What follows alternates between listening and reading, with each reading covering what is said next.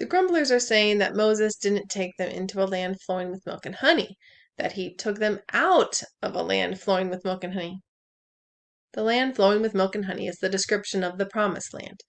The complainers among the Israelites are saying that Egypt was their land of promise. They were just like Lot's wife looking back.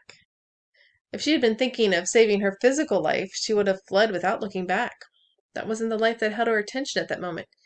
It was the life she was leaving behind in the wealthy city of Sodom. They lived within the gates. They must have had a pretty good life to stay there when Lot was so troubled by the sin of the city. His wife must have had something to do with them not leaving all those years while Lot lived with his soul tormented by their sin. She looked back, longing for her old life. The Israelites are looking back. They aren't remembering how the Egyptians tried to kill them. They're remembering the food. Their flesh is longing after things, and they want to follow their lusts back into captivity. Why? They're giving it the same attributes as God's good promise by calling it a land flowing with milk and honey. But their single focus on fulfilling their lust is blinding them to the enslavement that would follow. Jesus came to set us free. He came to bring us into his kingdom, the land of flowing milk and honey.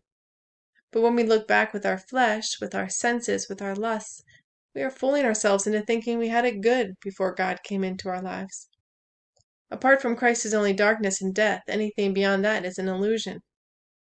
It's an illusion. Seeking after any type of fulfillment outside of Christ is an illusion.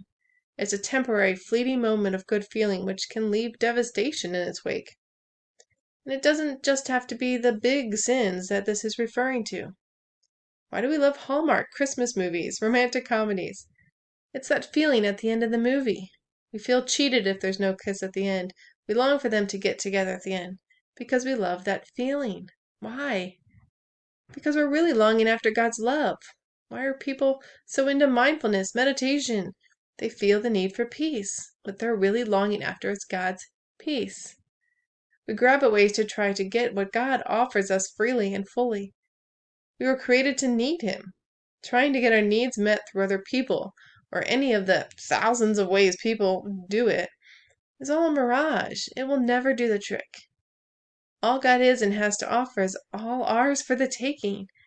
It's just our job to walk with him into his land of promise, and to never look back.